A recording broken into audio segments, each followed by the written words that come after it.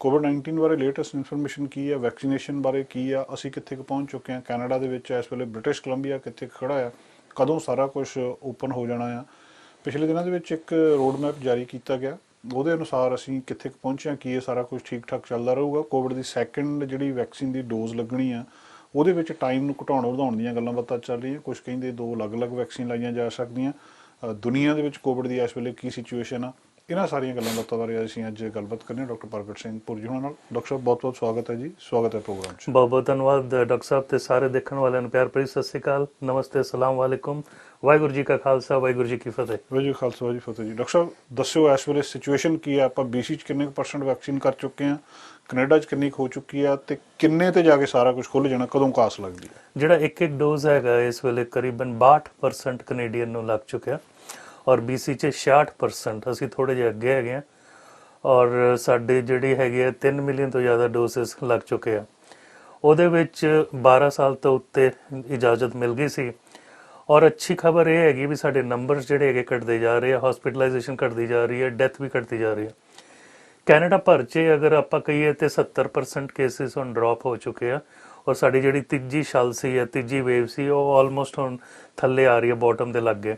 ਇਸ ਕਰਕੇ ਹੀ ਸਾਰੇ ਜਿਹੜੇ ਪ੍ਰੋਵਿੰਸ ਦੇ ਜਿਹੜੇ ਹੈਲਥ ਐਕਸਪਰਟਸ ਹੈਗੇ ਆ ਔਰ ਸਾਡੇ ਬ੍ਰਿਟਿਸ਼ ਕੋਲੰਬੀਆ ਦੇ ਡਾਕਟਰ ਬੌਨੀ ਹੈਨਰੀ, ਉਹਨਾਂ ਨੇ ਰੀਓਪਨਿੰਗ ਪਲਾਨ ਜਿਹੜਾ ਤੁਹਾਡੇ ਸਾਹਮਣੇ ਲੈ ਕੇ ਆਂਦਾ ਸੀ ਵੀ ਘਰ ਤੋਂ ਬਾਹਰ ਬੈਕਯਾਰਡ 'ਚ ਅਗਰ ਤੁਸੀਂ 50 ਤੱਕ ਇਕੱਠ ਕਰਨਾ, ਉਹ ਕੰਟਰੋਲਡ ਹੋਣਾ ਚਾਹੀਦਾ। ਗੁਰਦੁਆਰਾ ਸਾਹਿਬ ਦੇ ਵਿੱਚ ਵੀ ਕੱਲ ਮੈਨੂੰ ਜਾਣਕਾਰੀ ਮਿਲੀ ਹੈ ਵੀ 50 ਦਾ ਇਕੱਠ ਹੋ ਸਕਦਾ, ਕਿਉਂਕਿ ਕਾਫੀ ਲੋਕਾਂ ਦੇ ਸਮਾਗਮ, ਆਨੰਦ ਕਾਰਜ ਇਤਿਆਦਿ, ਵਿਆਹ ਸ਼ਾਦੀਆਂ ਅੜੇ ਹੋਏ ਸੀ। ਉਹਦੇ ਵਿੱਚ ਸਾਨੂੰ ਫਿਰ ਵੀ ਪਬਲਿਕ ਹੈਲਥ ਦੀ ਜਿਹੜੀ ਗਾਈਡਲਾਈਨਸ ਸੀ ਉਹਦੀ ਪਾਲਣਾ ਤੇ ਕਰਨੀ ਚਾਹੀਦੀ ਆ, ਕਿਉਂਕਿ ਅਜੇ ਬਹੁਤ ਸਾਰੇ ਆਵਾਮ ਨੂੰ ਇੱਕ ਡੋਜ਼ ਲੱਗਾ ਔਰ ਸਿਰਫ ਕਰੀਬਨ 6% ਨੂੰ 2 ਡੋਜ਼ ਲੱਗੇ ਆ। ਸੋ ਹੁਣ ਦੂਜਾ ਡੋਜ਼ ਜਿਹੜਾ ਹੈਗਾ ਸੀ, ਪਹਿਲਾਂ ਅਸੀਂ ਕਹਿੰਦੇ ਸੀ ਵੀ 16 ਹਫ਼ਤੇ ਦੀ ਗੈਪ ਰੱਖਾਂਗੇ, ਲੇਕਿਨ ਕੱਲ ਡਾਕਟਰ ਬੌਨੀ ਹੈਨਰੀ ਕਹਿੰਦੇ ਵੀ ਹੁਣ ਇਹ ਗੈਪ ਕੋਸ਼ਿਸ਼ ਕਰ ਰਹੇ ਹਾਂ ਵੀ 8 ਹਫ਼ਤੇ ਤੱਕ ਹੀ ਰਵੇ। ਔਰ ਜਿਹੜੇ ਦੂਜੇ ਪਹਿਲੇ ਹੈਗੇ ਸੀ ਜਿਨ੍ਹਾਂ ਨੂੰ 1 ਡੋਜ਼ ਲੱਗਾ ਸੀ, ਫਾਈਜ਼ਰ, ਮੋਡਰਨਾ ਜਾਂ ਜੋ ਵੀ ਲੱਗਾ ਸੀ, ਉਹਨਾਂ ਨੂੰ ਵੀ ਕਾਲਾਂ ਹੁਣ ਆਉਣ ਲੱਗ ਪਈਆਂ। ਕਰੀਬਨ 12-13 ਹਫ਼ਤੇ ਤੱਕ ਹੀ ਉਹਨਾਂ ਦਾ ਗੈਪ ਰਹੂਗਾ। ਅੱਛੀ ਗੱਲ ਇਸ ਲਈ ਹੈਗੀ ਕਿਉਂਕਿ ਵੈਕਸੀਨ ਸਪਲਾਈ ਮਿਲ ਰਹੀ ਹੈ ਸਾਨੂੰ, ਫਾਈਜ਼ਰ ਦੀ, ਮੋਡਰਨਾ ਦੀ। ਕਾਫੀ ਲੋਕਾਂ ਦਾ ਐਸਟਰਾਜ਼ੈਨੇਕਾ ਤੋਂ ਵਿਸ਼ਵਾਸ ਨਹੀਂ ਹੈਗਾ, ਲੇਕਿਨ ਕਾਫੀ ਲੋਕਾਂ ਨੂੰ ਐਸਟਰਾਜ਼ੈਨੇਕਾ 1 ਡੋਜ਼ ਲੱਗ ਚੁੱਕਿਆ। ਕਰੀਬਨ 2.4 ਮਿਲੀਅਨ ਡੋਸਿਸ ਕੈਨੇਡਾ 'ਚ ਲੱਗੇ ਸੀ ਔਰ BC 'ਚ ਵੀ ਕਰੀਬਨ ਕੁਛ 2 ਲੱਖ ਤੋਂ ਜ਼ਿਆਦਾ ਡੋਜ਼ ਲੱਗੇ ਸੀ। ਉਹਨਾਂ ਨੂੰ ਅਗਰ ਕੰਪਲਿਕੇਸ਼ਨ ਨਹੀਂ ਆਇਆ ਤੇ ਉਹਨਾਂ ਕੋਲ ਚੋਇਸ ਹੈਗੀ ਆ ਵੀ ਸੈਕਿੰਡ ਡੋਜ਼ ਵੀ ਐਸਟਰਾਜ਼ੈਨੇਕਾ ਲਾ ਸਕਦੇ ਜਾਂ ਉਹ ਫਾਈਜ਼ਰ ਜਾਂ ਮੋਡਰਨਾ ਲਾ ਸਕਦੇ ਆ। ਔਰ ਅਗਰ ਉਹਨਾਂ ਦੇ ਕਾਰਡ ਦੇ ਉੱਤੇ ਹੋਏਗਾ ਵੀ ਪਹਿਲਾਂ ਐਸਟਰਾਜ਼ੈਨੇਕਾ ਦੂਜਾ ਫਾਈਜ਼ਰ, ਫਿਰ ਵੀ ਉਹ ਪ੍ਰਵਾਨਿਤ ਹੈਗਾ। ਇੰਗਲੈਂਡ ਤੋਂ ਔਰ ਸਪੇਨ ਤੋਂ ਰਿਸਰਚ ਆਈ ਸੀ ਵੀ ਇਹਨੂੰ ਕਹਿੰਦੇ ਮਿਕਸ ਐਂਡ ਮੈਚ, ਵੀ ਇੱਕ ਐਸਟਰਾਜ਼ੈਨੇਕਾ ਲੱਗ ਗਿਆ, ਦੂਜਾ ਫਾਈਜ਼ਰ ਜਾਂ ਮੋਡਰਨਾ, ਫਿਰ ਵੀ ਤੁਹਾਨੂੰ ਐਂਟੀਬਾਡੀ ਲੈਵਲ ਤੁਹਾਡਾ mid-90s 'ਚ ਰਹਿੰਦਾ।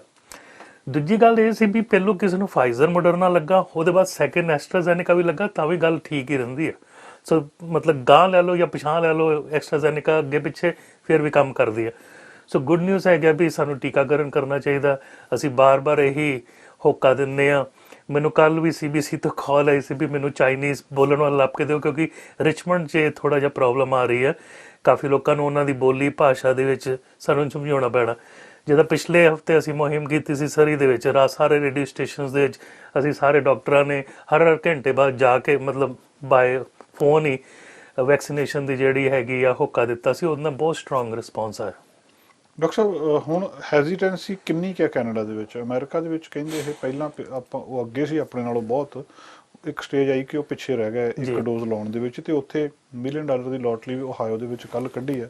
ਕੈਲੀਫੋਰਨੀਆ ਦੇ ਵਿੱਚ ਉਹ ਕਹਿੰਦੇ 10 ਨਾਮ ਕੱਢਣੇ ਆ, $1.5 ਮਿਲੀਅਨ ਦੇਣਾ ਹੈ ਵੈਕਸੀਨ ਲਗਾਉਣ ਵਾਲਿਆਂ ਨੂੰ। ਇਹ ਸਾਡੇ ਇੱਥੇ ਇਸ ਚੀਜ਼ ਦੀ ਲੋੜ ਨਹੀਂ, ਫਰਕ ਕੀ ਹੈ ਕਿ ਲੋਕ ਵੈਕਸੀਨ ਆਪਣੇ ਆਪ ਲਵਾਈ ਜਾ ਰਹੇ, ਜਾਂ ਕਿਸੇ ਸਟੇਜ ਤੇ ਜਾ ਕੇ ਇੱਥੇ ਵੀ ਬੀਅਰ, ਕੋਕ ਜਾਂ ਕੁਛ ਇੱਦਾਂ ਦਿੱਤਾ ਜਾਊਗਾ ਵੈਕਸੀਨ ਲਵਾਉਣ ਲਈ? ਅਮਰੀਕਾ 'ਚ ਜਿਹੜੇ ਜਿਹੜੇ ਰਿਪਬਲਿਕਨ ਹੈਗੇ, ਜਿਹੜੇ ਟਰੰਪ ਜਦੋਂ ਹੁਣ 4 ਸਾਲ ਰਿਹਾ ਪਹਿਲਾਂ, ਉਹਦੇ ਖਾਸ ਕਰਕੇ ਸਪੋਰਟਰ 30% ਉਹ ਕਹਿੰਦੇ ਅਸੀਂ ਨਹੀਂ ਟੀਕਾ ਲਾਉਣਾ। ਕੁਛ ਵੀ ਰੀਜ਼ਨ ਹੋ ਸਕਦਾ ਉਹਨਾਂ ਦਾ। ਅਤੇ ਡੈਮੋਕਰੇਟ ਵੀ ਕਰੀਬਨ 15-16% ਜਿਹੜੇ ਹੈਗੇ ਆ ਉਹ ਕਹਿ ਰਹੇ ਵੀ ਅਸੀਂ ਨਹੀਂ ਲਾਉਣਾ, ਕਈਆਂ ਦਾ ਵਿਸ਼ਵਾਸ ਨਹੀਂ ਆ। ਸੋ ਉੱਥੇ ਉਹਨਾਂ ਨੇ ਬਿਲੀਅਨਸ ਆਫ ਡਾਲਰ ਪ੍ਰਮੋਸ਼ਨ ਦੇ ਉੱਤੇ ਹੀ ਰੱਖੇ ਹੋਏ ਸੀ ਔਰ ਉਹਨਾਂ ਦੇ ਵਿੱਚੋਂ ਇੱਕ ਇਹ ਵੀ ਸੀ ਵੀ ਲੋਟਰੀ ਸਿਸਟਮ ਕੱਢੋ, ਵੀ ਟੀਕਾ ਲਾਓ, ਲੋਟਰੀ ਲੈ ਜਾਓ। ਔਰ ਤੁਸੀਂ ਜਿੱਦਾਂ ਜ਼ਿਕਰ ਕੀਤਾ, ਇੱਕ ਲੇਡੀ ਦੀ ਲੋਟਰੀ ਲੱਗੀ ਹੈ 1 ਮਿਲੀਅਨ ਦੀ ਓਹਾਇਓ 'ਚ। ਕਈਆਂ ਨੇ ਕੇਕ ਜਿਹੜੇ ਹੈਗੇ ਆ ਸ਼ਾਪਸ ਉਹਨਾਂ ਨੇ ਕੇਕ ਡੋਨਟ, ਕਈਆਂ ਨੇ ਬੀਅਰ, ਕਈਆਂ ਨੇ ਹੋਰ ਚੀਜ਼ਾਂ, ਤਾਂ ਕਿ ਲੋਕਾਂ ਦੇ ਮਨ ਦੇ ਵਿੱਚ ਇੱਕ ਪ੍ਰੋਤਸਾਹਨ ਹੋਵੇ, ਇੱਕ ਬਿਜ਼ਨਸ ਮਾਡਲ ਕਹਿ ਲਈਏ, ਜਿੱਦਾਂ ਕੋਈ ਚੀਜ਼ ਦੀ ਮਸ਼ਹੂਰੀ ਕਰਨੀ ਆ। ਹਾਂਜੀ। ਲੇਕਿਨ ਕੈਨੇਡਾ ਜਿਹੜਾ ਹੈਗਾ ਅਸੀਂ ਦੇਖ ਰਹੇ ਹਾਂ ਵੀ ਜਦੋਂ ਇੱਥੇ ਪੌਪਿਨ ਕਲੀਨਿਕ ਵੀ ਲੱਗੀਆਂ ਬਹੁਤ ਲੋਕੀ ਨਿਰਾਸ਼ ਹੋ ਕੇ ਗਏ ਸੀ ਕਿਉਂਕਿ ਉਹਨਾਂ ਦੀ ਵਾਰੀ ਨਹੀਂ ਆਈ ਸੀ। ਸੋ ਅਸੀਂ ਤਾਂ ਮਤਲਬ ਬਹੁਤ ਜ਼ਿਆਦਾ ਇਛੁਕ ਹੈਗੇ। ਹੋ ਸਕਦਾ ਵੀ ਅਗਰ ਸਾਡੀ ਸੂਈ ਜਿਹੜੀ ਹੈਗੀ ਆ ਅੜ ਜਾਏ, ਕਿਉਂਕਿ ਅਸੀਂ ਚਾਹੁੰਦੇ ਹਾਂ ਵੀ 75% ਤੋਂ ਜ਼ਿਆਦਾ ਵੈਕਸੀਨੇਸ਼ਨ ਹੋਵੇ। ਅਗਰ ਸਾਡੀ ਉਸ ਲੈਵਲ ਤੱਕ ਨਹੀਂ ਪਹੁੰਚਦੀ ਤਾਂ ਸ਼ਾਇਦ ਇਹੋ ਜਿਹੀ ਚੀਜ਼ਾਂ ਸੋਚਣੀਆਂ ਪੈ ਸਕਦੀਆਂ। ਲੇਕਿਨ ਮੈਂ ਜਿੱਦਾਂ ਪਹਿਲਾਂ ਆਖਿਆ ਵੀ ਕਲੋਜ਼ ਟੂ 66% BC 'ਚ ਹੁਣ ਹੋ ਚੁੱਕੀ ਆ। BC 'ਚ ਤਾਂ 70% 75% ਅਸੀਂ ਪਹੁੰਚ ਜਾਵਾਂਗੇ। ਕੀ ਰੈਸਟ ਆਫ ਦਾ ਕੈਨੇਡਾ ਜਾਏਗਾ ਕਿ ਨਹੀਂ ਜਾਏਗਾ ਇਹ ਕਹਿਣਾ ਔਖਾ ਹੈ, ਲੇਕਿਨ ਆਉਣ ਵਾਲੇ ਸਮੇਂ 'ਚ ਪਤਾ ਲੱਗੂਗਾ। ਅੱਜ ਸਟੱਡੀ ਜਿਹੜੀ ਹੈਗੀ ਉਹ ਦੱਸ ਰਹੀ ਹੈ ਵੀ ਕਰੀਬਨ 60 to 70% ਲੋਕਾਂ ਦਾ ਵਿਸ਼ਵਾਸ ਹੈਗਾ। ਸੋ 70% ਤੱਕ ਅਸੀਂ ਐਕਸਪੈਕਟ ਕਰ ਸਕਦੇ ਹਾਂ।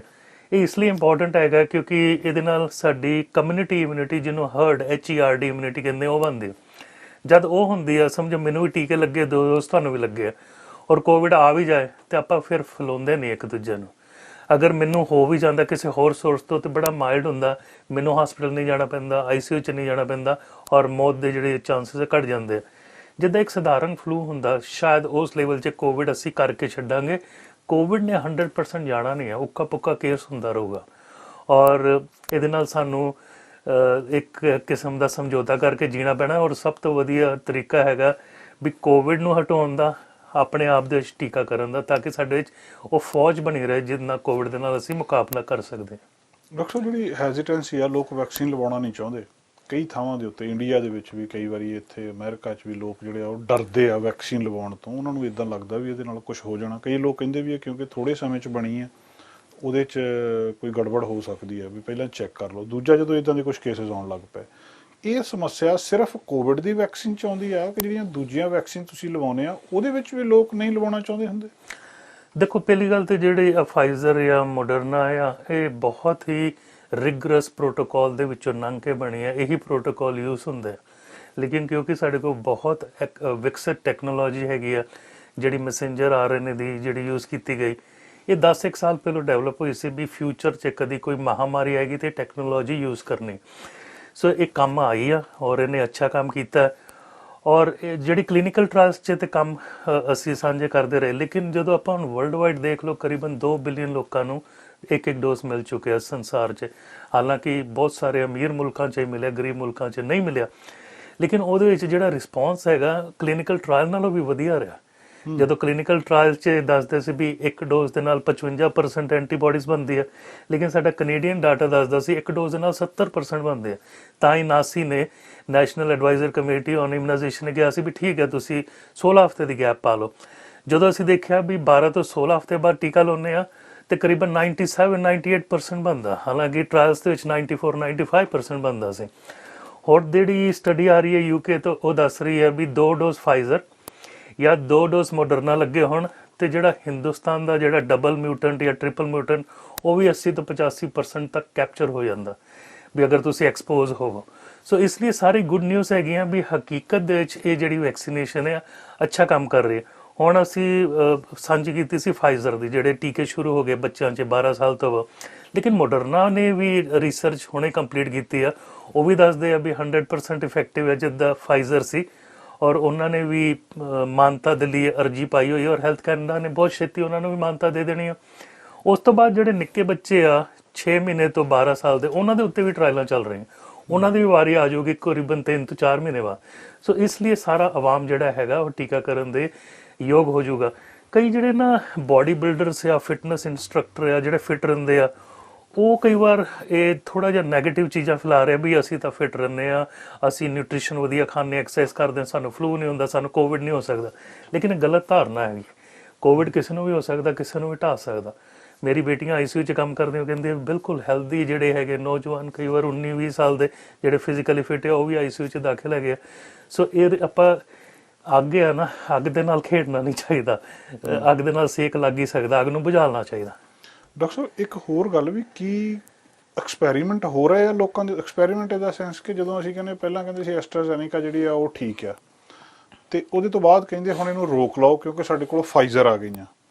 ਫਿਰ ਕਿਹਾ ਗਿਆ ਵੀ ਦੇਖੋ ਜੀ ਜਿਹੜੀ ਗੈਪ ਆ ਵੈਕਸੀਨ ਪਹਿਲੀ ਤੇ ਦੂਜੀ ਡੋਜ਼ ਦੇ ਵਿੱਚ, ਇਹਦੇ ਵਿੱਚ ਇੰਨਾ ਫਰਕ ਚਾਹੀਦਾ। ਹੁਣ ਕਿਹਾ ਜਾ ਰਿਹਾ ਵੀ ਕਿਉਂਕਿ ਸਾਡੇ ਕੋਲ ਆ ਗਈਆਂ ਇਸ ਕਰਕੇ ਆਪਾਂ ਇਹ ਗੈਪ ਘਟਾ ਲੈਂਦੇ ਆ। ਮਤਲਬ ਇਹ ਕਿਹੜੀ ਵੈਕਸੀਨ ਅਵੇਲੇਬਲ ਆ ਤੇ ਕਿੰਨੇ ਚਿਰ ਲਈ ਅਵੇਲੇਬਲ ਆ ਉਹਦੇ ਉੱਤੇ ਡਿਪੈਂਡ ਕਰ ਰਿਹਾ, ਜਾਂ ਇਹ ਸਾਇੰਟੀਫਿਕਲੀ ਸਾਰਾ ਕੁਝ ਚੱਲ ਰਿਹਾ ਕਿ ਕਦੋਂ ਲੱਗਣੀ ਹੈ ਤੇ ਕਦੋਂ ਲੱਗਣੀ? ਕੈਨੇਡਾ ਦੇ ਵਿੱਚ ਨਾ ਜੋ ਵੀ ਚੀਜ਼ਾਂ ਹੁੰਦੀਆਂ ਪਹਿਲਾਂ ਹੈਲਥ ਕੈਨੇਡਾ ਉਹਨੂੰ ਰਿਵਿਊ ਕਰਦਾ, ਪਾਸ ਕਰਦਾ, ਔਰ ਇਹ ਇੰਡੀਪੈਂਡੈਂਟ ਬੋਡੀ ਹੈਗੀ ਸਾਇੰਟਿਸਟ ਦੀ, ਔਰ ਉਹ ਮਾਨਤਾ ਦਿੰਦਾ। ਉਹਦੇ ਬਾਅਦ ਇਹਦੇ ਰਿਸਰਚ ਚੱਲਦਾ ਰਹਿੰਦਾ। ਕਿਊਬੈਕ ਦੇ ਵਿੱਚ ਬਹੁਤ ਵੱਡੀ ਲੈਬੋਰੇਟਰੀ ਹੈ, ਟੋਰਾਂਟੋ 'ਚ ਲੈਬੋਰੇਟਰੀ ਆ। ਜਿਹੜਾ 12 ਤੋਂ 16 ਹਫ਼ਤੇ ਦਾ ਅਸੀਂ ਵਕਫਾ ਪਾਇਆ ਸੀ, ਉਹ ਸਾਇੰਟੀਫਿਕਲੀ ਪ੍ਰੂਫ ਕਰਕੇ ਪਾਇਆ ਸੀ ਵੀ ਇੱਕ ਡੋਜ਼ ਦੇ ਨਾਲ ਵੀ 70% ਪ੍ਰੋਟੈਕਸ਼ਨ ਮਿਲਦੀ ਹੈ। ਸੋ ਪ੍ਰੋਬਲਮ ਇਹ ਸੀ ਵੀ ਸਾਡੇ ਕੋਲ ਸਪਲਾਈ ਇਨਫ ਨਹੀਂ ਸੀ ਉਸ ਸਮੇਂ, ਟੂ ਬੀ ਓਨੈਸਟ। ਇਸ ਲਈ ਡਿਸੀਜਨ ਲੈਣੇ ਪੈਂਦੇ ਆ, ਹਨਾ, ਵੀ ਬਜਾਏ ਕਿ ਇੱਕ ਵਿਅਕਤੀ ਨੂੰ 2 ਡੋਜ਼ ਤੁਸੀਂ 3 ਹਫ਼ਤੇ ਬਾਅਦ ਦੇ ਦਿਓ, ਦੂਜਾ ਜਿਹੜਾ ਹਸਪੀਟਲ ਤੁਰਿਆ ਫਿਰੇ ਕੋਈ ਮਤਲਬ ਸੈਂਸ ਨਹੀਂ ਬਣਦੀ। ਇਸ ਲਈ ਤੁਹਾਨੂੰ ਐਟਲੀਸਟ 70% ਐਂਟੀਬੋਡੀਜ਼ ਤੇ ਰਹਿਣ ਤਾਂ ਕਿ ਤੁਹਾਡੀ ਪ੍ਰੋਟੈਕਸ਼ਨ ਰਵੇ। ਔਰ ਇਹ ਮਹਾਰਾਜ ਦਾ ਜਿਹੜਾ ਕਨਸੈਪਟ ਹੈ ਕਿ ਵੰਡ ਕੇ ਛਕਣਾ, ਉਹ ਤੇ ਕੈਨੇਡਾ ਆਲਰੇਡੀ ਉਹਦੇ ਵਿੱਚ ਅੱਗੇ ਆ।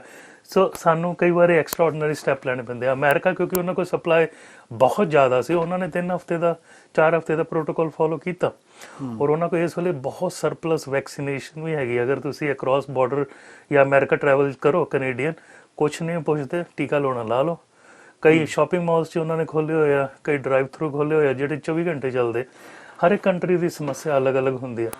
ਹੁਣ ਐਸਟਰਾਜ਼ੈਨੇਕਾ ਜਦੋਂ ਆਪਾਂ ਪਹਿਲਾਂ ਵੀ ਗੱਲ ਕਰਦੇ ਸੀ, ਉਹਦੀ ਟਰਾਇਲਸ 'ਚ ਵੀ 2-3 ਵਾਰੀ ਐਡਮਿਸ਼ਨਸ ਹੋਈਆਂ ਸੀ ਪੇਸ਼ੈਂਟਸ ਦੀਆਂ, ਫਿਰ ਉਹਨਾਂ ਨੂੰ ਡਿਸਚਾਰਜ ਕਰ ਦਿੱਤਾ ਗਿਆ ਸੀ। ਲੇਕਿਨ ਜਦੋਂ ਉਸ ਦੌਰਾਨ ਜਦੋਂ ਟਰਾਇਲ ਕੀਤੀ 30,000 ਦੇ ਉੱਤੇ, ਤੇ ਕਲੌਟਿੰਗ ਦੀ ਕੋਈ ਸਮੱਸਿਆ ਨਹੀਂ ਆਈ ਸੀ। ਉਦੋਂ ਆਈ ਸੀ ਵੀ ਟ੍ਰਾਂਸਫਰਸ ਮਾਈਲਾਈਟਿਸ, ਵੀ ਜਿਹੜੇ ਨਰਵਸ ਆ ਉਹਨਾਂ ਦੀ ਕਵਰਿੰਗ ਥੋੜ੍ਹੀ ਜਿਹੀ ਜਿਹੜੀ ਵੀਕ ਹੋ ਜਾਂਦੀ ਆ ਤੇ ਤੁਰ ਫਿਰ ਨਹੀਂ ਸਕਦੇ, ਡਾਵਾਂਡੋਲ ਹੁੰਦੇ ਆ ਤੇ ਫਿਰ ਰਿਕਵਰ ਹੋ ਜਾਂਦੇ ਆ। ਲੇਕਿਨ ਹਕੀਕਤ 'ਚ ਆ ਵੀ ਕਲੌਟਿੰਗ ਹੋ ਰਹੀ ਆ। ਸੋ ਜ਼ਿਆਦਾ ਔਰਤਾਂ ਦੇ ਵਿੱਚ ਜਰਮਨੀ 'ਚ ਬਹੁਤ ਡੈਥ ਹੋਈਆਂ, ਕੁਝ ਸਪੇਨ 'ਚ ਹੋਈਆਂ, UK 'ਚ। ਫਿਰ ਇਹ ਲੱਗਾ ਵੀ ਰਿਸਕ ਜਿਹੜਾ ਹੈਗਾ 1 in 100,000 ਹੋ ਸਕਦਾ, 4 ਕੇਸਿਸ ਹੋ ਸਕਦੇ ਮਿਲੀਅਨ 'ਚ। ਫਿਰ ਰਿਸਕ ਘਟਦਾ 1 in 40-50,000 ਹੋਇਆ। ਸਾਡੇ ਇੱਥੇ ਵੀ ਅਨਫੋਰਚੂਨੇਟਲੀ 4 ਡੈਥ ਹੋਈਆਂ। ਇਸ ਲਈ ਪਹਿਲਾ ਡੋਜ਼ ਤਾਂ ਚਲੋ ਬਹੁਤ ਲੋਕਾਂ ਨੇ, ਲੇਕਿਨ 2.4 ਮਿਲੀਅਨ ਡੋਸਿਸ ਤੋਂ 4 ਡੈਥ ਹੋਈਆਂ।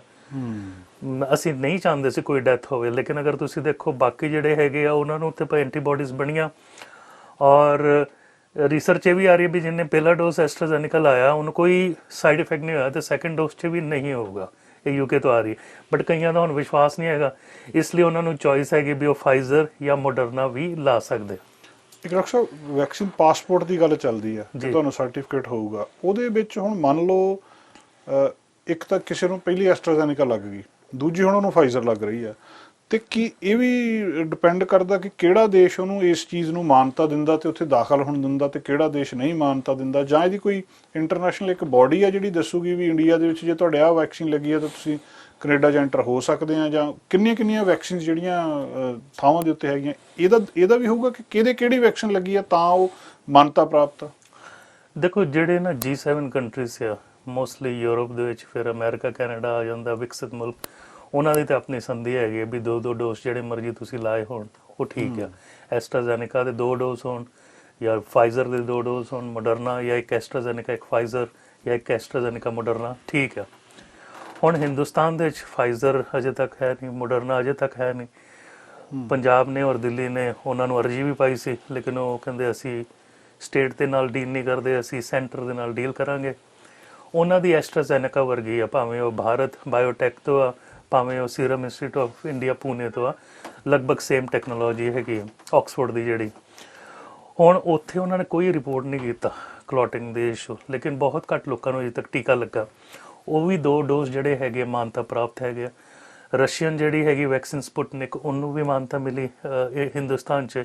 ਚਾਈਨਾ ਦੇ ਵੀ ਕੈਂਸਾਈਨੋ ਬਾਇਓਲੋਜੀਕਲਸ ਹੈਗੇ, ਉਹਨਾਂ ਨੇ ਵੀ ਪੇਟੈਂਟ ਪਾਇਆ ਹੋਇਆ। ਸੋ ਵਰਲਡ ਵਾਈਡ ਵੱਖ-ਵੱਖ ਜਿਹੜੇ ਹੈਗੇ ਕੰਟਰੀਜ਼ ਵੱਖ-ਵੱਖ ਯੂਜ਼ ਕਰ ਰਿਹਾ।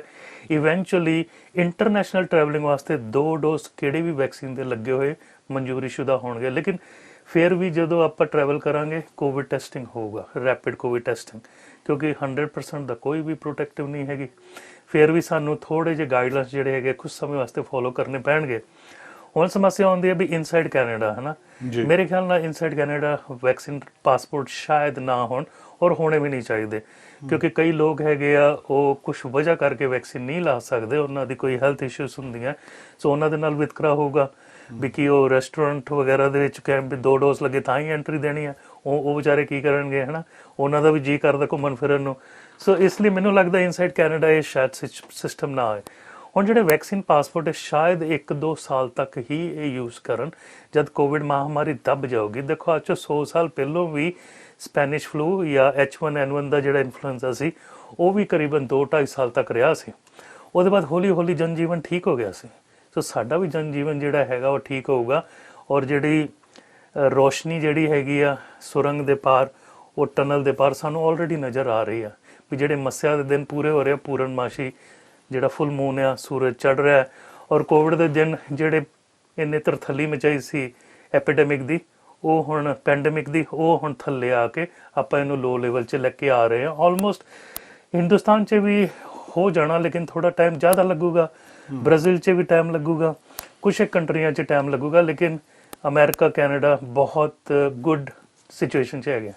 ਡਾਕਟਰ ਸਾਹਿਬ, ਜੇ ਤੁਸੀਂ ਦੁਨੀਆ ਦੀ ਗੱਲ ਕਰਦੇ ਆ, ਇੱਕ ਤਾਂ ਇਹ ਲੋਕ ਕਹਿੰਦੇ ਆ ਵੀ ਤੁਸੀਂ ਕੈਨੇਡਾ ਅਮਰੀਕਾ ਦੇ ਵਿੱਚ ਭਾਵੇਂ ਸਾਰਾ ਕੁਝ ਠੀਕ ਕਰ ਲਓ, ਜਿੰਨਾ ਚਿਰ ਪੂਰੀ ਦੁਨੀਆ ਦੇ ਵਿੱਚ ਵੈਕਸੀਨੇਸ਼ਨ ਨਹੀਂ ਹੁੰਦੀ ਉਹਨਾਂ ਚਿਰ ਹੱਲ ਕੋਈ ਨਹੀਂ, ਤੇ ਜੇ ਉਹ ਲੇਟ ਹੋਈ ਗਈ ਉਹਨਾਂ ਹੀ ਜਿਹੜਾ, ਕਿਉਂਕਿ ਇਹ ਵੀ ਇੱਕ ਜਿਹੜਾ ਵਾਇਰਸ ਜੀਵ ਆ ਤੇ ਜਿਉਂਦਾ ਰਹਿਣਾ ਚਾਹੁੰਦਾ ਤੇ ਆਪਣੇ ਰੂਪ ਬਦਲੀ ਜਾਂਦਾ ਆਪਣਾ ਬਚਾਅ ਕਰਨ ਦੇ ਲਈ, ਇਹਨੇ ਉਹਨੇ ਜ਼ਿਆਦਾ ਰੂਪ ਬਦਲ ਲੈਣੇ ਆ ਤੇ ਉਹਨਾਂ ਹੀ ਫਿਰ ਖਤਰਨਾਕ ਹੋ ਜਾਣਾ। ਇਹ ਪੂਰੀ ਦੁਨੀਆ ਨੂੰ ਵੈਕਸੀਨੇਸ਼ਨ ਕਦੋਂ ਤੱਕ ਹੋਊਗੀ?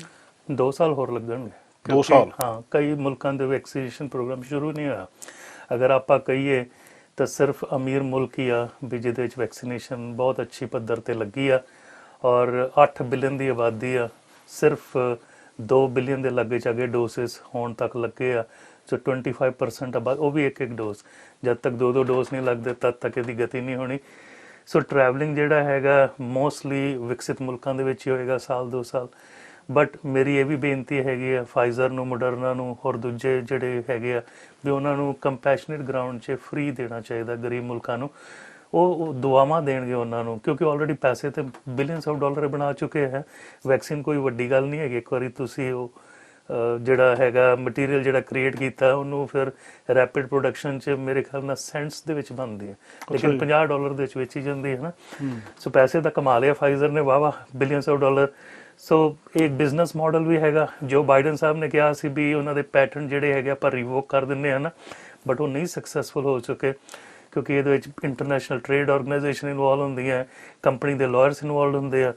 ਸੋ ਉਹਨਾਂ ਨੂੰ ਬੇਨਤੀ ਕਰ ਸਕਦੇ ਹਾਂ ਵੀ ਜਿਹੜੀ ਤੁਹਾਡੀ $50 ਦੀ ਐਟਲੀਸਟ ਤੁਸੀਂ ਘਟਾ ਕੇ $2 ਦੀ ਕਰ ਲਓ, ਤਾਂ ਵੀ ਉਹਨਾਂ ਦੇ ਵਿੱਚ ਨਫਾ ਹੀ ਹੈ, ਨੁਕਸਾਨ ਨਹੀਂ ਉਹਨਾਂ ਨੂੰ, ਤੇ ਦੁਨੀਆ ਬਚ ਜਾਊਗੀ, ਤੁਹਾਨੂੰ ਅਸੀਸਾਂ ਦੇਊਗੀ, ਹੋਰ ਦਵਾਈਆਂ ਵੀ ਤੁਹਾਡੀ ਖਰੀਦੂਗੀ। ਜੀ ਡਾਕਟਰ ਸਾਹਿਬ, ਆਖਰ ਦੇ ਵਿੱਚ ਸਾਨੂੰ ਕਿਉਂਕਿ ਇਹਦਾ ਸੰਬੰਧ ਕਿਤੇ ਨਾ ਕਿਤੇ ਵਾਰ-ਵਾਰ ਇਹੀ ਗੱਲ ਕਹੀ ਜਾਂਦੀ ਹੈ ਕਿ ਤੁਹਾਡੀ ਮਾਨਸਿਕ ਸਿਹਤ ਦੇ ਨਾਲ ਆ, ਤੇ ਇੱਕ ਕਿਉਂਕਿ ਮਾਨਸਿਕ ਸਿਹਤ ਬਾਰੇ ਇੱਕ ਗੱਲ ਇਹ ਕਹੀ ਜਾਂਦੀ ਹੈ ਕਿ ਜਿਹੜੀ ਦਵਾਈ ਤੁਸੀਂ ਜੇ ਲੈਂਦੇ ਆ ਤੇ ਜੇ ਤੁਹਾਨੂੰ ਉਹਦੇ ਤੇ ਯਕੀਨ ਆ ਵੀ ਮੈਂ ਇਹਦੇ ਤੇ ਯਕੀਨ ਕਰਦਾ, ਉਹਦੇ ਲਈ ਸ਼ਾਇਦ ਕੋਈ ਮੈਡੀਕਲ ਟਰਮ ਵੀ ਵਰਤਦੇ ਆ, ਤਾਂ ਕਹਿੰਦੇ ਉਹ ਜ਼ਿਆਦਾ ਅਸਰ ਕਰਦੀ ਹੈ। ਜੇ ਤੁਸੀਂ ਯਕੀਨ ਨਹੀਂ ਕਰਦੇ ਫਿਰ ਉਹ ਉਨਾ ਅਸਰ ਨਹੀਂ ਕਰਦੀ। ਕੀ ਇਹ ਗੱਲ ਸੱਚ ਹੈ? ਤੇ ਦੂਜਾ, ਮਨੋਂ ਕਿੱਦਾਂ ਤਕੜੇ ਰਿਹਾ ਜਾ ਸਕਦਾ ਜੀ? ਜਿਹੜੀ ਤੁਸੀਂ ਗੱਲ ਕਰ ਰਹੇ ਹੋ ਪਹਿਲੇ ਤੇ ਹੈਗੀ ਉਹਨੂੰ ਕਹਿੰਦੇ ਪਲੇਸੀਬੋ ਇਫੈਕਟ, PLACEBO। ਅੱਛਾ ਜੀ। ਕੋਈ ਵਿਅਕਤੀ ਮੇਰੇ ਕੋਲ ਆਇਆ, ਉਹਨੂੰ ਇੰਨਾ ਕੋਈ ਵੱਡੀ ਪ੍ਰੋਬਲਮ ਨਹੀਂ, ਲੇਕਿਨ ਉਹ ਦਵਾਈ ਮੰਗ ਰਿਹਾ, ਮੈਂ ਉਹਨੂੰ ਪੀਲੀਆਂ ਹਰੀਆਂ ਨੀਲੀਆਂ ਗੋਲੀਆਂ ਦਿੱਤੀਆਂ, ਉਹਦਾ ਵਿਸ਼ਵਾਸ ਹੈ ਮੈਂ ਠੀਕ ਹੋਣਾ, ਉਹਦੇ ਸਾਰੇ ਸਿੰਪਟਮਸ ਠੀਕ ਹੋ ਜਾਣਗੇ, ਹਾਲਾਂਕਿ ਉਹਦੇ 'ਚ ਕੋਈ ਦਵਾਈ ਨਹੀਂ ਸੀ, ਸ਼ਾਇਦ ਵਿਟਾਮਿਨ ਨਹੀਂ ਸੀ। ਦੂਜੀ ਗੱਲ ਹੈਗੀ ਹੈ ਵੀ ਇਨਸਾਨ ਨੂੰ ਵਾਕੇ ਰੋਗ ਆ, ਲੇਕਿਨ ਉਹਦਾ ਵਿਸ਼ਵਾਸ ਬਹੁਤ ਆ ਵੀ ਜੋ ਵੀ ਮੈਨੂੰ ਟ੍ਰੀਟਮੈਂਟ ਦੇਊਗਾ ਮੈਂ ਠੀਕ ਹੋਣਾ, ਉਹ ਜਲਦੀ ਠੀਕ ਹੋਊਗਾ। ਅੱਛਾ, ਟ੍ਰੀਟਮੈਂਟ ਭਾਵੇਂ ਸੇਮ ਹੋਵੇ? ਸੇਮ ਹੀ ਹੋਵੇ, ਕਿਉਂਕਿ ਉਹਦੇ ਵਿੱਚ ਜਿਹੜੇ ਨਾ ਇਮਿਊਨ ਸਿਸਟਮ ਦੇ ਜਿਹੜੇ ਸੈਲਸ ਹੈ ਉਹ ਜ਼ਿਆਦਾ ਐਕਟੀਵੇਟ ਹੋ ਜਾਂਦੇ, ਉਹ ਵੀ ਤੇ ਸਹਾਈ ਕਰਦੇ ਆ। ਜਦ ਸਮਝੋ ਮੈਨੂੰ ਹੁਣ ਨਿਮੋਨੀਆ ਹੋ ਗਿਆ ਹੈ ਨਾ, ਮੈਂ ਪੈਨਿਸਲਿਨ ਲਿੱਤੀ, ਇਹ ਨਹੀਂ ਹੈ ਵੀ ਪੈਨਿਸਲਿਨ ਹੀ ਕੰਮ ਕਰੀ ਜਾ ਰਹੀ ਹੈ, ਮੇਰਾ ਇਮਿਊਨ ਸਿਸਟਮ ਵੀ ਤਾਂ ਫਾਈਟ ਕਰ ਰਿਹਾ ਉਹ ਬੈਕਟੀਰੀਆ ਨੂੰ, ਹੈ ਨਾ, ਜਿਹੜਾ ਨਿਊਮੋਕੋਕਸ ਹੈਗਾ। ਅਗਰ ਮੇਰਾ ਮੂਡ ਥੱਲੇ ਆ, ਮੇਰਾ ਇਮਿਊਨ ਸਿਸਟਮ ਸ਼ਟ ਡਾਊਨ ਹੋ ਜਾਂਦਾ। ਅਗਰ ਮੇਰਾ ਮੂਡ ਜਿਹੜਾ ਖੁਸ਼ੀ ਦਾ, ਖੇੜੇ ਦਾ, ਜਿਹਨੂੰ ਚੜ੍ਹਦੀ ਕਲਾ ਕਰਦੇ ਆਪਾਂ, ਤਾਂ ਮੇਰਾ ਇਮਿਊਨ ਸਿਸਟਮ ਹਾਈਪਰ ਬੂਸਟ 'ਚ ਰਹਿੰਦਾ। ਸੋ ਇਸ ਲਈ ਇਮਿਊਨ ਸਿਸਟਮ ਦਾ ਮੂਡ ਦੇ ਨਾਲ ਵੀ ਸੰਪਰਕ ਆ। ਇੱਕ ਹਾਸੇ ਵਾਲੀ ਮੈਂ ਤੈਨੂੰ ਹੋਰ ਗੱਲ ਦੱਸਦਾ ਵੀ ਇੱਥੇ ਸਟੱਡੀ ਹੋਈ ਕੈਨੇਡਾ 'ਚ ਵੈਕਸੀਨੇਸ਼ਨ ਦੇ ਔਰ ਮੂਡ ਦੇ ਸੰਬੰਧ 'ਚ। ਅੱਛਾ ਜੀ। ਮੈਨੂੰ ਹੁਣ ਧੱਕੇ ਦੇ ਨਾਲ ਵੈਕਸੀਨੇਸ਼ਨ ਲਾਉਣ ਜਾਓ ਤੇ ਮੇਰਾ ਵਿਸ਼ਵਾਸ ਨਹੀਂ ਵੈਕਸੀਨੇਸ਼ਨ 'ਚ, ਮੈਂ ਔਖਾ ਸੌਖਾ ਰੋ ਕੇ ਵੈਕਸੀਨੇਸ਼ਨ ਲਵਾ ਲਵਾਂ, ਮੇਰੀ ਐਂਟੀਬਾਡੀ ਘੱਟ ਬਣੂਗੀ। ਅਗਰ ਮੈਂ ਖੁਸ਼ੀ ਜਾਵਾਂ ਵੀ ਮੈਨੂੰ ਇਹਦਾ ਫਾਇਦਾ ਹੋਣਾ, ਮੇਰੀ ਐਂਟੀਬਾਡੀ ਲੈਵਲ ਬਹੁਤ ਜ਼ਿਆਦਾ ਬਣੂਗੇ। ਸੋ ਮੂਡ ਜਿਹੜਾ ਹੈਗਾ ਸਾਡਾ ਇਮਿਊਨ ਸਿਸਟਮ ਨੂੰ ਚੇਂਜ ਕਰਦਾ। ਸੋ ਇਸ ਲਈ ਮਾਰੇ ਤਾਂ ਖੁਦ ਕਹਿੰਦੇ ਆ ਵੀ ਅਸੀਂ ਚੜ੍ਹਦੀ ਕਲਾ 'ਚ ਰਹਿਣਾ ਚਾਹੀਦਾ। ਡਾਕਟਰ ਸਾਹਿਬ ਮੈਂ ਰੋਕ ਰਿਹਾ ਤੁਹਾਨੂੰ ਇੱਥੇ, ਮਨ ਦੀ ਗੱਲ ਕਰਨ ਤੋਂ ਪਹਿਲਾਂ, ਜਿਹੜੀ ਕਹਿੰਦੇ ਵੈਕਸੀਨੇਸ਼ਨ ਦਾ ਟ੍ਰਾਇਲ ਕੀਤਾ ਜਾਂਦਾ ਉਦੋਂ ਵੀ ਲੋਕਾਂ ਨੂੰ ਪਾਣੀ ਵੀ ਦਿੱਤਾ ਗਿਆ ਵੈਕਸੀਨ ਦੇ, ਤਾਂ ਇਦਾਂ ਵੀ ਹੁੰਦਾ ਜੀ? ਜਦੋਂ ਆਪਾਂ ਰਿਸਰਚ ਕਰਦੇ ਹਾਂ, ਜਦੋਂ ਹੁਣ ਸਮਝੋ ਬੱਚਿਆਂ ਦੀ ਜਿਹੜੀ ਫਾਈਜ਼ਰ ਜਾਂ ਮੋਡਰਨਾ ਦੇ ਸੀ ਹਨਾ, ਉਹਦੇ 'ਚ ਅੱਧੇ ਬੱਚੇ ਆ ਉਹਨਾਂ ਨੂੰ ਟੀਕਾ ਨਹੀਂ ਲਾਇਆ ਜਾਂਦਾ ਸੀ, ਇੱਕ ਪਾਣੀ ਦਾ ਹੀ ਟੀਕਾ ਲਾਇਆ ਜਾਂਦਾ ਸੀ। ਅੱਧੇ ਗਰੁੱਪ ਨੂੰ ਰੈਗੂਲਰ ਵੈਕਸੀਨ ਲਾਈ ਜਾਂਦੀ ਸੀ। ਉਹਨਾਂ ਨੂੰ ਨਹੀਂ ਪਤਾ ਔਰ ਲਾਉਣ ਵਾਲੇ ਨੂੰ ਵੀ ਨਹੀਂ ਪਤਾ ਸੀ ਵੀ ਉਹ ਕੀ ਲਾ ਰਹੇ। ਉਹਨੂੰ ਕਹਿੰਦੇ ਡਬਲ ਬਲਾਈਂਡ, ਵੀ ਉਹਨਾਂ ਦੇ ਅੱਖ ਦੇ ਉੱਤੇ ਵੀ ਪੱਟੀਆਂ ਤੇ ਲਾਉਣ ਵਾਲੇ ਦੇ ਵੀ ਪੱਟੀਆਂ, ਵੀ ਮੈਨੂੰ ਨਹੀਂ ਪਤਾ ਮੈਂ ਕੀ ਲਾ ਰਿਹਾ ਨਾ। ਮੈਨੂੰ ਤਾਂ ਪਿੱਛੇ ਜਿਹੜਾ ਪ੍ਰੋਗਰਾਮ ਡਾਇਰੈਕਟਰ ਹੈ ਉਹ ਜਦੋਂ ਫਿਰ ਡੇਟਾ ਉਹ ਦੇਖਦਾ ਉਦੋਂ ਪਤਾ ਲੱਗਦਾ। ਇਹ ਹੁੰਦੀ ਹੈ ਅਸਲੀ ਟ੍ਰਾਇਲ, ਡਬਲ ਬਲਾਈਂਡ। ਇੱਕ ਤਾਂ ਨਾ ਵੀ ਮੈਂ ਚੀਜ਼ ਲਾ ਰਿਹਾ, ਮੈਨੂੰ ਪਤਾ ਇਹ ਚੀਜ਼ ਲੱਗਣ ਵਾਲੀ, ਤੇ ਮੈਨੂੰ ਇਹ ਹੁੰਦਾ ਵੀ ਇਹ ਮਤਲਬ ਵਧੀਆ ਕੰਮ ਕਰੂਗੀ ਹੈ ਨਾ। ਸੋ ਉਹਦੇ 'ਚ ਬਾਇਸ ਹੁੰਦਾ, ਉਹ ਬਾਇਸ ਕੱਢਣ ਵਾਸਤੇ ਅਸੀਂ ਡਬਲ ਬਲਾਈਂਡ ਰੈਂਡਮਾਈਜ਼ ਕੰਟਰੋਲ ਟ੍ਰਾਇਲ ਕਰਦੇ ਹਾਂ। ਤੇ ਇਹਦੇ ਵਿੱਚ ਜਦੋਂ ਐਕਸਪੋਜ਼ਰ ਹੋਇਆ ਫਾਈਜ਼ਰ ਦੀ ਟ੍ਰਾਇਲ 'ਚ, ਉਹਨਾਂ ਨੇ ਮੇਰੇ ਖਿਆਲ ਨਾਲ 3600 ਬੱਚੇ ਲਿੱਤੇ ਸੀ। ਅੱਧਿਆਂ ਨੂੰ ਉਹਨਾਂ ਨੇ ਵੈਕਸੀਨ ਦਿੱਤੀ, ਅੱਧਿਆਂ ਨੂੰ ਨਹੀਂ ਦਿੱਤੀ। ਫਿਰ ਸਾਰਿਆਂ ਨੂੰ ਕੋਵਿਡ ਐਕਸਪੋਜ਼ ਕੀਤਾ ਸੀ। ਅੱਛਾ ਜੀ। ਤੇ ਜਿਹੜੇ ਗਰੁੱਪ 'ਚ ਵੈਕਸੀਨ ਨਹੀਂ ਮਿਲੀ ਸੀ ਉਹਦੇ 18 ਬੱਚਿਆਂ ਨੂੰ ਕੋਵਿਡ ਹੋਇਆ ਸੀ, ਜਿਹੜੇ ਗਰੁੱਪ 'ਚ ਵੈਕਸੀਨ ਮਿਲੀ ਸੀ 0 ਹੋਇਆ ਸੀ। ਸੋ ਇਸ ਲਈ ਫਾਈਜ਼ਰ 100% ਇਫੈਕਟਿਵ, ਮੋਡਰਨਾ ਨੇ ਵੀ ਸਟੱਡੀ ਪਬਲਿਸ਼ ਕੀਤੀ, ਉਹ ਵੀ 100% ਇਫੈਕਟਿਵ। ਉਹਨਾਂ ਨੇ 3700 ਬੱਚੇ ਲਿੱਤੇ ਸੀ, 2/3 ਨੂੰ ਵੈਕਸੀਨ ਦਿੱਤਾ ਸੀ, 1/3 ਨੂੰ ਉਹਨਾਂ ਨੇ ਨਹੀਂ ਦਿੱਤਾ ਸੀ। Moderna the separate C study, but ਉਹ ਵੀ 100% ਕਾਮਯਾਬ ਸੀ। ਦੂਜੀ ਗੱਲ ਜਿਹੜੀ ਹੁਣ ਤੁਸੀਂ ਮਨ ਦੀ ਗੱਲ ਕਰਦੇ ਆ ਨਾ, ਉਹਦੇ 'ਚ ਗੁਰਬਾਣੀ ਤੁਹਾਨੂੰ ਬਹੁਤ ਸਹਾਈ ਕਰਦੀ ਹੈ। ਬਾਣੀ ਕਹਿੰਦੀ ਕਰ ਇਸ਼ਨਾਨ, ਫਿਰ ਉਹਦੇ ਬਾਅਦ ਬਹੁਤ ਵਧੀਆ ਲਾਈਨ ਹੈ, ਸਿਮਰ ਪ੍ਰਭ ਆਪਣਾ। ਫਿਰ ਕੀ ਹੋਗਾ? ਮਨ ਤਨ ਭੈ ਅਰੋਗਾ। ਪਹਿਲੋਂ ਮਨ ਅਰੋਗ ਹੋਣਾ, ਫਿਰ ਤਨ ਅਰੋਗ ਹੋਣਾ।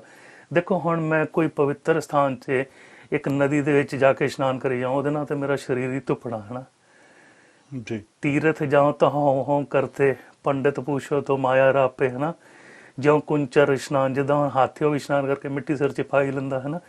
ਲੇਕਿਨ ਮਨ ਦਾ ਇਸ਼ਨਾਨ ਜਿਹੜਾ ਬਹੁਤ ਇੰਪੋਰਟੈਂਟ ਹੈ। ਕਰ ਇਸ਼ਨਾਨ, ਸਰੀਰ ਨੂੰ ਸਵੱਛ ਕਰੋ ਮਾਰਨਿੰਗ 'ਚ, ਸਿਮਰਨ ਦੇ ਨਾਲ ਹੋਣਾ, ਸਿਮਰ ਪ੍ਰਭ ਆਪਣਾ। ਜੋ ਵੀ ਤੁਸੀਂ ਕਰਨਾ, ਅਗਰ ਤੁਸੀਂ ਹਿੰਦੂ ਹੋ ਗਾਇਤਰੀ ਮੰਤਰ ਪੜ੍ਹੋ, ਓਮ ਨਮੋ ਸ਼ਿਵਾਏ। ਅਗਰ ਸਿੱਖ ਹੈਗੇ ਵਾਹਿਗੁਰੂ ਵਾਹਿਗੁਰੂ ਕਰੋ। ਅਗਰ ਤੁਸੀਂ ਇਸਲਾਮ ਨੂੰ ਬਿਲੀਵ ਕਰਦੇ ਅੱਲਾਹੂ ਕਰੋ। ਸੋ ਕਰ ਇਸ਼ਨਾਨ, ਸਿਮਰ ਪ੍ਰਭ ਆਪਣਾ, ਮਨ ਤਨ ਭੈ ਅਰੋਗਾ। ਕੋਟ ਬਿਗਨ ਲਾਥੇ ਪ੍ਰਭ ਸ਼ਰਨਾ। ਪ੍ਰਭੂ ਦੀ ਸ਼ਰਨ 'ਚ ਕੋਟ ਕਰੋੜਾਂ ਜਿਹੜੇ ਬਿਗਨ ਨੇ ਉਹ ਲੱਥ ਜਾਂਦੇ। ਪ੍ਰਗਟੇ ਭਏ ਸੰਜੋਗਾ, ਇਹ ਸੰਯੋਗ ਦੇ ਨਾਲ ਹੀ ਕੰਮ ਹੁੰਦੇ ਜੀ। ਪ੍ਰਭ ਬਾਣੀ ਸ਼ਬਦ ਸੁਭਾਕਿਆ, ਗਾਵੋ ਪੜੋ ਸੁਣੋ ਨਿਤ ਭਾਈ। ਬਾਣੀ ਨੂੰ ਗਾਣ ਦੇ ਨਾਲ, ਪੜਨ ਦੇ ਨਾਲ, ਸੁਣਨ ਦੇ ਨਾਲ ਰੋਗ ਕੱਟੇ ਜਾਂਦੇ ਆ।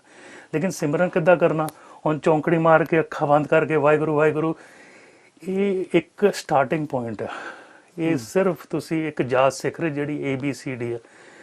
ਉਠਤ ਬੈਠਤ ਸੋਵਤ ਜਾਗਤ, ਇਹ ਮਨ ਤੁਝੇ ਚਿਤਾਰੇ। ਮਨ ਜਿਹੜਾ ਹੈਗਾ ਉਹ 'ਚ ਹਮੇਸ਼ਾ ਰਹਿਣਾ ਚਾਹੀਦਾ। ਜਦੋਂ ਹੁਣ ਆਪਾਂ ਪਤੰਗ ਉਡਾਉਂਦੇ ਆ, ਮੇਰੀ ਬਿਲਡਿੰਗ ਦੀ ਨਾ ਪਾਣੀ ਦੀ ਟਾਂਕੀ ਉਹਦੇ ਉੱਤੇ ਚੜ੍ਹ ਕੇ ਮੈਂ ਉਡਾਉਂਦਾ ਸੀ, ਕਿਉਂਕਿ ਹਵਾ ਜ਼ਿਆਦਾ ਹੁੰਦੀ ਸੀ। ਤੇ ਪਤੰਗ ਜਿਹੜੀ ਇੱਕਦਮ ਵਧੀਆ, ਉਹਨੂੰ ਅਸੀਂ ਮੁੱਕੀ ਕਹਿੰਦੇ ਆ ਉੱਥੇ ਮਹਾਰਾਸ਼ਟਰ 'ਚ, ਵੀ ਉਹ ਹਿਲਦੀ ਨਹੀਂ ਆ। ਹੁਣ ਪਤੰਗ ਹੈਗੀ ਆ ਅਸਮਾਨ 'ਚ ਗਈ, ਡੋਰ ਮੇਰੇ ਹੱਥ 'ਚ ਆ, ਮੈਨੂੰ ਥੋੜੀ ਪਤੰਗ ਨੂੰ ਦੇਖਣਾ ਪੈਂਦਾ ਹਰ ਸਮੇਂ। ਮੈਂ ਹੱਥ ਦੇ ਨਾਲ ਹੀ ਉਹਨੂੰ ਮੋਡੂਲੇਟ ਕਰਕੇ ਤੁਹਾਡੇ ਨਾਲ ਗੱਲਾਂ ਬਾਤਾਂ ਵੀ ਕਰ ਸਕਦਾ, ਇੰਟਰਵਿਊ ਵੀ ਕਰ ਸਕਦਾ। ਉਹਦੇ 'ਚ ਬਾਬਾ ਨਾਮਦੇਵ ਕਹਿੰਦੇ ਵੀ ਆਨੀਲੇ ਕਾਗਦ ਕਾਟੀਲੇ ਗੁਦੀ, ਆਕਾਸ਼ ਮਦੇ ਭਰਮੀਆਲੇ, ਪੰਚ ਜਨਾ ਸੋ ਬਾਤ ਬਤਉਆ, ਚੀਤ ਸੋ ਡੋਰੀ ਰਾਖੀਲੇ, ਮਨ ਰਾਮਨਾਮਾ ਬੇਦੀਆਲੇ, ਜੈਸੇ ਕਨਕ ਕਟਾ ਚਿੱਟ ਮਾਂਡੀਆਲੇ। ਹੁਣ 9 ਘੜੇ ਰੱਖ ਕੇ ਪਹਿਲੋਂ ਬੀਬੀਆਂ ਖੂਹ 'ਚ ਪਾਣੀ ਲੈਣ ਜਾਂਦੀਆਂ ਸੀ, ਤੇ 9ਵੇਂ ਘੜੇ ਦੇ ਉੱਤੇ ਤੱਕ ਥੋੜੀ ਹੱਥ ਜਾਂਦਾ। ਸੋ ਜਿਹੜੀ ਹੈਗੀ ਆ ਉਹ ਇੱਕ ਦੂਜੇ ਨਾਲ ਹੱਸਦੀਆਂ ਖੇਡੀਆਂ, ਹਸਤ ਵਿਨੋਦ ਪ੍ਰੇਮ ਕਰੇ ਥੇ, ਮਨ ਸੋ ਚੀਤ ਸੋ ਗਾਗਰ ਰੱਖੇ ਰਹੇ, ਲੇਕਿਨ ਚਿੱਤ ਉਹਨਾਂ ਦਾ ਗਾਗਰ 'ਚ ਹੁੰਦਾ। ਸੋ ਜਿਹੜਾ ਤੁਹਾਡਾ ਚਿੱਤ ਹੈਗਾ ਉਹ ਪਰਮੇਸ਼ਵਰ 'ਚ ਹੋਣਾ ਚਾਹੀਦਾ ਹਮੇਸ਼ਾ। ਭਗਤ ਤਰਲੋਚਨ ਜੀ ਸਮਕਾਲੀ ਆ, ਭਗਤ ਨਾਮਦੇਵ ਜੀ, ਉਹ ਕਹਿੰਦੇ ਨਾਮਾ ਕਾਹੇ ਕਾਰਜ ਲੱਗੇ। ਉਹ ਕੱਪੜੇ ਧੋ ਰਹੇ ਸੀ, ਵੀ ਤੂੰ ਕਿਉਂ ਕੱਪੜੇ ਧੋ ਰਿਹਾ, ਤੂੰ ਤਾਂ ਬ੍ਰਹਮ ਗਿਆਨੀ ਹੈ। ਤਾਂ ਮਹਾਰਾਜ ਕਹਿੰਦੇ ਆ ਵੀ ਹਾਥ ਪਾਓ ਕਰ ਚਾਕਰੀ, ਚੀਤ ਨਿਰੰਜਨ ਰੱਖ। ਇਹ ਹੱਥ ਪੈਰ ਤਾਂ ਮਹਾਰਾਜ ਨੇ ਕੰਮ ਕਰਨ ਵਾਸਤੇ ਦਿੱਤੇ, ਲੇਕਿਨ ਜਿਹੜਾ ਚਿੱਤ ਹੈ ਉਹ ਉੱਚੇ ਹੋਣਾ ਚਾਹੀਦਾ। ਸੋ ਇਸ ਲਈ ਤੁਹਾਡਾ ਜਿਹੜਾ ਕੰਮ ਆ ਉਹਦੇ ਵਿੱਚ ਸਿਮਰਨ ਹੋ ਸਕਦਾ, ਸੌਂਤ ਦੇ ਵੇਲੇ ਵੀ ਹੋ ਸਕਦਾ। ਸੋ ਬਾਣੀ ਜਿਹੜੀ ਹੈਗੀ ਆ, ਇਹਨੂੰ ਕਹਿੰਦੇ ਬੈਖਰੀ, ਜਿਹੜੇ ਆਪਾਂ ਬੋਲੀ ਜਾ ਰਹੇ ਹਾਂ। ਫਿਰ ਗਲੇ 'ਚ ਹੁੰਦੀ ਕੰਠ, ਫਿਰ ਹੁੰਦੀ ਹੈ ਨਾਭੀ, ਫਿਰ ਹੁੰਦੀ ਹਿਰਦਾ, ਫਿਰ ਝਰਨਾ ਹੁੰਦਾ, ਫਿਰ ਗੁਰਮੁਖ ਰੋਮ ਰੋਮ ਹਰ ਧਿਆਵੇ। ਸੋ ਇਹਦੇ ਸਟੇਜਸ ਹੁੰਦੇ ਆ, ਅਭਿਆਸ ਕਰਿਆ ਕਰੋ। ਹੌਲੀ ਹੌਲੀ ਇਹ ਸਾਰੇ ਡੋਰਸ ਖੁੱਲਦੇ ਜਾਣਗੇ ਤੇ ਮਨ ਹੋਰ ਤਨ ਆਰੋਗੀ ਹੋ ਜਾਊਗਾ। ਬਹੁਤ ਬਹੁਤ ਸ਼ੁਕਰੀਆ ਡਾਕਟਰ ਸਾਹਿਬ, ਮਿਹਰਬਾਨੀ। ਬਹੁਤ ਬਹੁਤ ਧੰਨਵਾਦ। ਖੁਸ਼ ਰਹੋ, ਆਬਾਦ ਰਹੋ, ਹੱਸਦੇ ਰਹੋ, ਵਸਦੇ ਰਹੋ। ਫਿਰ ਮਿਲਾਂਗੇ ਜੀ। ਦੋਸਤੋ ਅਸੀਂ ਡਾਕਟਰ ਪ੍ਰਗਟ ਸਿੰਘ ਭੁਰ ਜੀ ਹੁਣਾਂ ਨਾਲ ਗੱਲਬਾਤ ਕੀਤੀ। ਬਹੁਤ ਸਾਰੇ ਸਵਾਲ ਜਿਹੜੇ ਸਾਡੇ ਮਨ ਦੇ ਵਿੱਚ ਹੁੰਦੇ ਆ ਉਹਨੂੰ ਸੌਖੀ ਭਾਸ਼ਾ ਦੇ ਵਿੱਚ ਸਾਡੇ ਲਈ ਸਮਝਾਉਂਦੇ ਆ। ਅਸੀਂ ਇਹਨਾਂ ਦਾ ਬਹੁਤ ਬਹੁਤ ਧੰਨਵਾਦ ਕਰਦੇ ਹਾਂ। ਅੱਜ ਦਾ ਪ੍ਰੋਗਰਾਮ ਇੱਥੇ ਸਮਾਪਤ ਕਰਦੇ ਹਾਂ। ਸੋਮਵਾਰ ਫਿਰ ਤੁਹਾਡੇ ਨਾਲ ਹਾਜ਼ਰ ਹੋਵਾਂਗੇ ਇੱਕ ਨਵੀਂ ਗੱਲਬਾਤ ਦੇ ਵਿੱਚ। ਅਲਵਿਦਾ ਦੋਸਤੋ। ਸਾਡਾ ਹਰ ਇੱਕ ਪ੍ਰੋਗਰਾਮ ਦੇਖਣ ਤੇ ਸਾਡੇ ਨਾਲ ਜੁੜਨ ਲਈ ਸਬਸਕ੍ਰਾਈਬ ਕਰੋ ਚੈਨਲ ਪੰਜਾਬੀ ਤੇ ਨੋਟੀਫਿਕੇਸ਼ਨ ਲਈ ਬੈਲ ਆਈਕਨ ਵਾਲੇ ਬਟਨ ਤੇ ਕਲਿੱਕ ਕਰੋ।